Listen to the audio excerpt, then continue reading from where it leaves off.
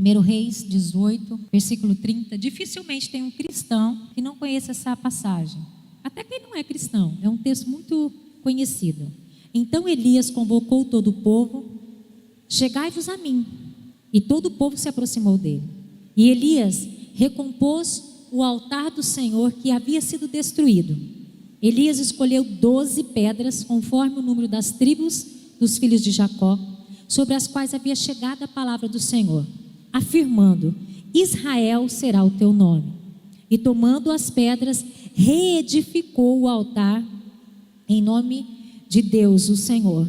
Em seguida, fez em volta do altar uma valeta com 2 seás, capacidade para conter mais de 12 litros de sementes plantadas. Então arrumou toda a lenha, cortou o novilho em pedaços, colocou sobre a lenha e ordenou: enchei de água 4 grandes cântaros e derramai sobre todo o holocausto e a lenha armada. E acrescentou: repeti esse processo uma segunda vez. E eles o fizeram segunda vez. De novo ordenou: fazei-o terceira vez. E eles assim o fizeram pela terceira vez. De modo que toda aquela água corria ao redor do altar, chegando a encher completamente a valeta que fora cavada. Com a chegada do pôr do sol, quando se apresentara a oferenda, a oferta, Elias o profeta aproximou-se e exclamou: ó Senhor, Deus de Abraão, de Isaque e de Israel, saiba-se hoje que tu és Deus em Israel, que sou teu servo e que foi por ordem expressa da tua parte,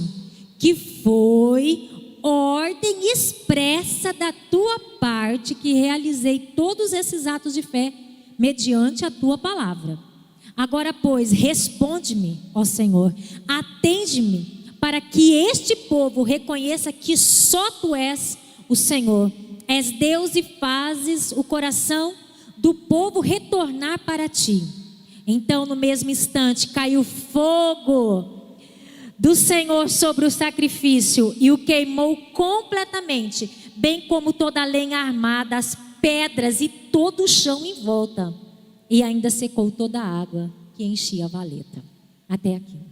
Vamos orar juntos? Senhor, em nome de Jesus, não queremos apenas conhecimento de mais uma palavra, nós queremos revelação da tua palavra nas nossas vidas, para que nós possamos caminhar, para que nós possamos avançar na nossa família, na nossa casa, nos nossos negócios, na nossa vida espiritual, na nossa vida ministerial. Deus, que o Senhor nos permita, o Senhor se revele a nós, para que possamos entender, conhecer e praticar as verdades que o Senhor tem e quer ministrar ao nosso coração, em nome de Jesus, amém. Pode sentar, em nome de Jesus. Como eu disse, é uma palavra muito simples, mas eu tenho plena convicção que será muito poderosa na sua vida, no nome de Jesus. Nós vemos aqui um texto da palavra do Senhor, que está falando de um homem, um profeta chamado Elias. E esse homem, ele tinha um propósito dado por Deus. E esse homem, esse profeta, que cumpria exatamente aquilo que o Senhor estava ordenando, ele estava num momento fazendo algo para Deus. Ele estava, eu posso dizer, no centro da vontade do Senhor, cumprindo exatamente aquilo que Deus queria. Nesse momento, não sei se você conhece o contexto dessa história, Elias estava no meio de um povo que adorava 2 senhores: Baal, que era o Deus daquele momento, e em alguns momentos eles adoravam ao Deus verdadeiro, o Senhor da qual nós conhecemos. Era um povo que tinha sido chamado por Deus para viver uma vida plena na presença do Deus verdadeiro, mas eles estavam repartidos, divididos, fazendo ali adorações a Baal. E Deus não divide ninguém, Deus não aceita nada pela metade. O Senhor, tanto naquela época como hoje, Ele não quer metade de nada, Ele quer a nossa entrega por completo. Você pode dizer amém? O Senhor não aceita nada pela metade. E nesse momento, o papel de Elias era chamar o povo ao arrependimento, para que eles pudessem retornar, o coração deles pudesse voltar ao Senhor. Só que eu queria que você prestasse atenção que nesse momento, cada momento da história, inclusive da nossa história, nós aprendemos de uma forma. Nesse momento, Elias sabia que precisava mais do que apenas falar a esse povo, que somente a palavra não estava sendo suficiente para que o povo entendesse que precisavam voltar ao Senhor, precisavam parar com aqueles atos pecaminosos. Então Elias, através da revelação de Deus ao seu coração, porque aqui no versículo 37 diz que, cumprindo tudo da forma que o Senhor mandou, ele então entende que precisava mais do que apenas falar, ele precisava demonstrar, era necessário ali uma demonstração do poder de Deus, para que aquele povo, naquele momento, entendesse quem era Deus, se arrependesse dos seus pecados e voltasse a viver plenamente no Senhor. Então Elias, instruído pelo próprio Deus, por quê? Porque ele tinha conexão direta com Deus, ele falava e ele sabia ouvir a Deus, instruído pelo Senhor, ele então faz uma proposta para aquele povo: olha, estamos aqui entre dois deuses, vocês acreditam em Baal e eu tenho convicção que Yahvé, que o Senhor é o nosso Deus. Nós vamos fazer assim: vocês vão pegar um novilho, uma oferta ao Deus de vocês, colocarão sobre o altar e vão clamar. Eu também farei a mesma coisa. O Deus que responder com fogo, a gente vai acreditar então e vai ter convicção que Ele realmente é o Deus verdadeiro. Elias estava sozinho fazendo isso, nesse momento. E estava ali centenas de outras pessoas. Então, humanamente falando, Elias em muita desvantagem. Sim? Centenas e um ou não? Humanamente falando, em desvantagem. E aquele povo topa então, porque eles tinham convicção que Baal era o Deus e ia fazer o fogo descer. Eles vão lá, preparam o altar, constroem um altar, pegam a lenha, colocam o novilho e começam a clamar. De manhã até ao meio-dia, começam a clamar, toda manhã ali clamando. Chega um determinado momento que Elias ainda fala: grita mais alto aí, ele pode estar dormindo. Às vezes, né, o Baal está cansado. Clama mais alto. E eles clamam, gritam, começa a se cortar e aquela coisa toda. Como você conhece a história, eu acredito. E se não conhece, o final da história é: Baal não responde. Não responde porque não existia Baal. Porque não existia. Era apenas um Deus, mas ele não existia. Era um Deus que aquele povo acreditava, mas que não respondia nem com água, imagina com fogo. Não respondia era com nada, porque não tinha poder para responder. E então, começa agora, que foi o texto que nós lemos. Eu falei esse contexto para vocês entenderem, se conectarem. Começa então o momento na qual era a vez de Elias. Não foi essa a proposta? Vocês clamam, depois eu clamo. Aquele altar foi destruído, foi ali todo quebrado, porque eles tiraram a oferta deles, tiraram a lenha deles. E começa então o momento de Elias. E Elias, é isso que eu quero chamar a tua atenção, é o centro da nossa mensagem hoje.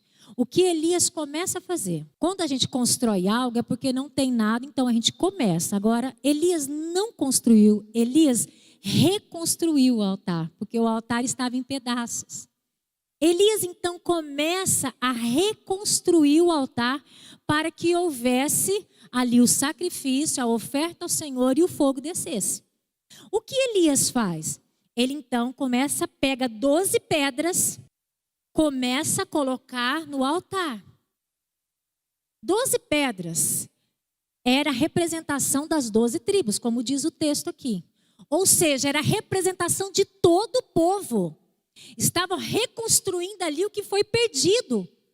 Ele coloca ali, por que 12? Não podia ser 11? Ah, não podia ser 10? Até podia, se Deus tivesse falado que era para ser 9, que era para ser 8. Mas ele estava seguindo, irmãos, eu quero que vocês entendam, as regras, as especificações do próprio Deus.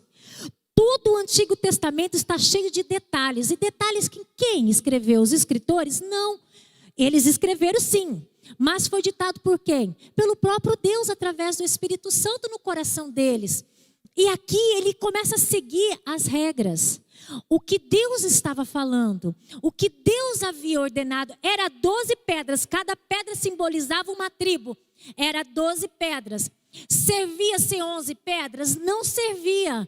Podia ser 13? Vamos então exagerar um pouco. Não podia. Podia ser 20? Não. Era ordens. O tabernáculo, o templo, tudo foi construído segundo a vontade do Senhor. Os tamanhos, tudo.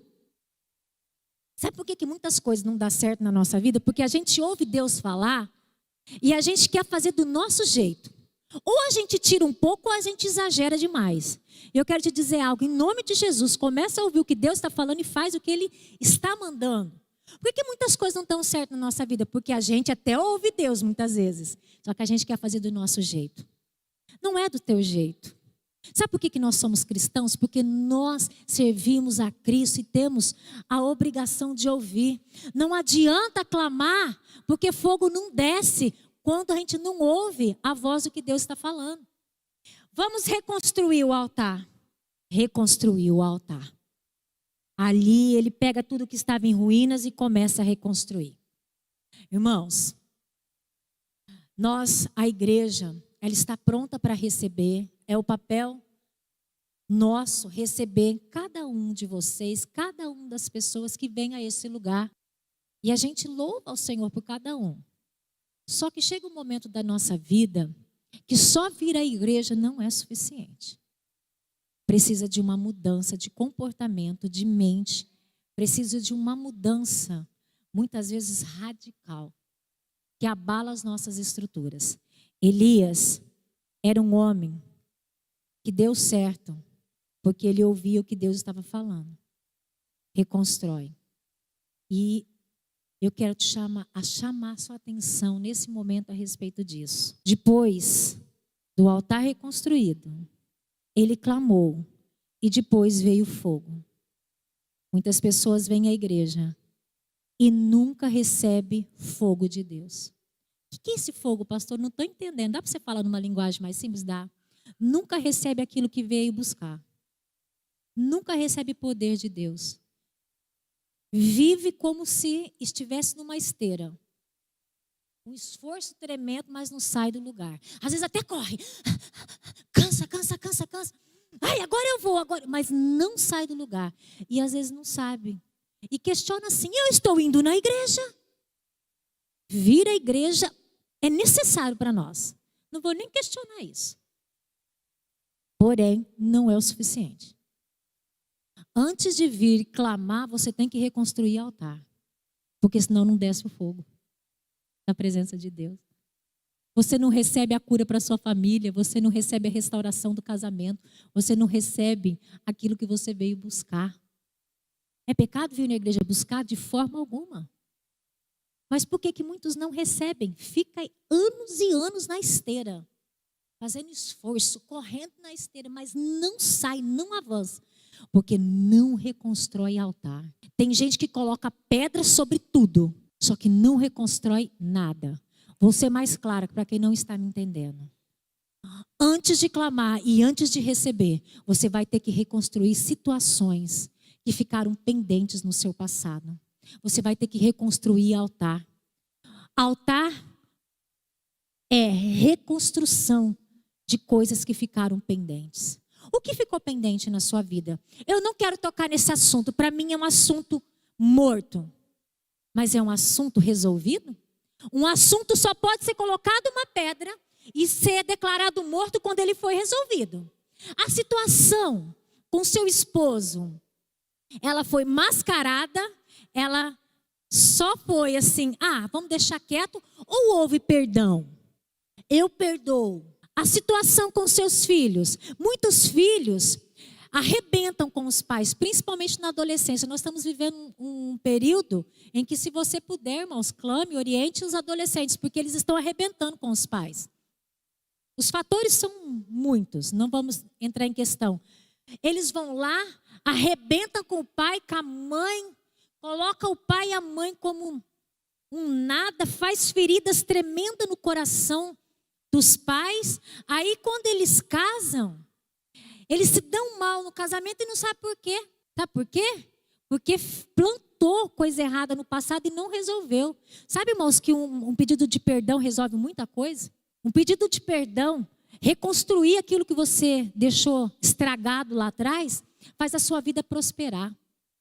Faz você viver em abundância em todos os sentidos. Em paz, alegria, abundância financeira. Pais negligentes com os filhos. Mães negligentes. Pais que muitas vezes arrebentam com a vida dos filhos. Por muitos fatores. Depois não entende por que o filho é rebelde, por que acontecem coisas. São pedras que precisam ser colocadas nesse altar. As suas pedras de reconstrução do altar são diferentes das minhas. É diferente para todo mundo. Às vezes você não tem que consertar o seu altar na sua casa, mas tem que consertar o seu altar com Deus. Às vezes você não tem que consertar as coisas lá na sua casa, mas você tem que consertar com o seu patrão, com o seu ex-patrão. Às vezes você roubou, às vezes você fez algumas situações e esse altar ficou destruído. Ah, mas eu estou na igreja agora. Mas reconstruir o altar? Muitos empresários estão arrebentados hoje querendo mascarar o passado, mas eles sonegavam o imposto, não pagavam os funcionários, não pagavam os direitos, faziam coisas erradas e agora querem prosperar. E ainda coloca a culpa em Deus. Por que Deus não me abençoou? Faz 1 ano que eu estou nessa igreja. Irmãos, placa de igreja não salva e não te traz prosperidade. Mas é aqui que você ouve e tem a possibilidade de falar: Senhor, realmente, deixei esse buraco, esse altar totalmente destruído lá no meu passado e agora vou reconstruir. Para que eu continue na igreja, agora sim, fazendo a diferença. Você tem que fazer a diferença, mas não dá para fazer a diferença, não dá para receber nada, enquanto as coisas lá atrás estiverem estragadas, estiverem arruinadas. Cadê as suas pedras? O que está precisando? É amor que faltou lá no passado? Põe essa pedra nesse altar em nome de Jesus, vai ficar aí até quando sofrendo? Foi falta de perdão que faltou para reconstruir esse altar? Quantas são as suas pedras que estão faltando aí? Está aqui na IADA hoje, mas não resolveu o problema lá na igreja tal que você estava? Resolva. Perdoe. Faz as coisas certas, porque senão você não vai ser bênção na IADA em nem lugar nenhum. Não é problema da IADA e nem da outra igreja. O problema é que nós não reconstruímos as coisas. Nós precisamos reconstruir. Quais são as pedras que você tem que colocar no seu altar em nome de Jesus? Eu não sei. E nem vou pedir para Deus me revelar quais são as suas pedras, mas você pode fazer isso. Senhor, mostre-me. Se você está com dificuldade, às vezes, de entender essa palavra, você pode falar: Senhor, será que tem pedra lá atrás que eu não sei? Quais são? O Senhor vai te mostrar, irmãos, porque Deus, Ele está esperando esse posicionamento da igreja. Senhor, e se você sabe, por favor, já vai diante dele, já rasga esse coração de pedra em nome de Jesus e fala: Senhor, eis-me aqui, já quero resolver essa situação, já quero fazer a diferença, porque eu quero sair dessa esteira e quero caminhar na estrada da vida, eu quero ir longe. Quem quer ir longe aqui? Só para eu ver. Vocês querem ficar aí? Ah, irmãos, ninguém quer ficar parado aí, numa vida medíocre financeiramente, espiritualmente. Ninguém quer ficar com a família destruída. Ninguém. Nós queremos romper, nós queremos ir além. E Deus está nos dando a oportunidade hoje para fazer isso. Faz análise. Você pode falar assim: mas eu sou jovem demais. Irmãos, tem jovem, um altar mais destruído do que velho. Não é a idade. Não é a idade que está em questão. É o que nós fizemos. Às vezes você fez mais coisa errada, que destruiu mais seu altar em 1 ano do que outras pessoas em 20. Por isso que eu falei, cada altar é diferente, cada pedra é diferente, a quantidade para cada um é diferente. Elias tinha que colocar 12. Você tem que colocar quantas? Às vezes é uma só. Às vezes nem tem que colocar pedra. Às vezes o seu altar já está. Se o seu altar estiver pronto, se você tiver com tudo resolvido, agora você vai passar para o segundo passo. que Elias fez? Ele clamou. Altar reconstruído, o segundo passo não é vir fogo, é clamar. Versículo 37, ele diz assim: agora, pois, responde-me, ó Senhor. Atende-me para que este povo reconheça que só Tu és o Senhor. És Deus e faz o coração do povo retornar para Ti. Por que ele tinha essa ousadia para clamar? Porque ele estava com a situação dele resolvida. Se Elias estivesse com o altar dele destruído, ele nem precisava também clamar, porque não ia vir fogo. Mas ele fala de uma forma tão maravilhosa. No 36, ele diz: sou teu servo, e que foi por essa ordem expressa da tua parte que realizei todos esses atos de fé, mediante a tua palavra. Ou seja, Senhor, eu estou em conexão direta contigo, o Senhor falou, estou fazendo. Então agora responde, já reconstruí esse altar, aqui está as pedras simbolizando a reconstrução da vida desse povo. Eles erraram, mas agora nós estamos consertando as coisas, para que eles entendam que só Tu és Deus. Responde-me, Senhor. Irmãos, quando o altar da sua vida estiver reconstruído, todas as pedras colocadas, começa a clamar. Senhor, responde-me, porque agora eu já entendi. Eu precisava consertar ali, já consertei. Precisava consertar com a minha família, consertei. Precisava consertar com o meu patrão, consertei. Agora estou em conexão direta. Responde-me, Deus. Responde-me, Senhor. Às vezes o seu altar não tem nem a ver com pessoas. O seu altar tem que ser reconstruído com Deus. Então você presta atenção no que Deus está ministrando no teu coração. Às vezes você perdeu a comunhão com Deus. Colocou Deus em segundo, terceiro, em milésimo lugar na sua vida. Então, às vezes o seu altar está tudo resolvido com pessoas. Você olha, não, tudo ok na minha família. Não é a música não, né? Ok com a família, ok na igreja, ok com o líder, nananã, com o patrão. Mas está distante de Deus. Então, reconstrua esse altar também. Preste atenção nesse detalhe. Eu sei que Deus está ministrando no coração de algumas pessoas. Se for no seu, receba essa palavra. Como eu disse no começo, não entenda que é minha. Porque eu não quero ministrar isso. Mas eu sei que Deus precisa ministrar isso no nosso coração. Eu sei as minhas pedras, irmãos. Quantas pedras já tive que colocar no meu altar, hein? E quantas vezes? Ah, mas você é pastora. É, sou gente. E a gente erra. E rebenta o altar. E a gente tem que reconstruir. Para poder clamar, eu tenho que reconstruir. Reconstruir o seu altar. Terceiro passo, sabe o que você vai fazer? E sabe o que vai acontecer? O terceiro passo não é contigo, é com o próprio Deus. O primeiro e segundo passo, reconstruir o altar e clamar, é nosso. O terceiro, vir fogo, é Deus. Porque aí não há impedimento. E no versículo 38, então no mesmo instante, que instante? Que ele clamou, caiu fogo do Senhor sobre o sacrifício e queimou por completo toda a lenha armada, as pedras, o chão em volta, e ainda secou toda a água que enchia a valeta. Depois que seu altar estiver reconstruído, você estiver em conexão direta com Deus, clamando, irmãos, Ele vai mandar o poder sobre a tua vida. E tudo será perfeito. Ele vai mandar autoridade, Ele vai mandar poder. E nada vai poder resistir. Nem a água que está molhando ali, o holocausto molhando. Nada vai poder. Estava tudo encharcado. Humanamente era impossível aquele lugar pegar fogo. Era impossível. E eu quero te dizer, mesmo que pareça impossível para você, se tiver reconstruído, se você estiver em conexão com Deus, Ele vai mandar fogo. Ele vai mandar poder.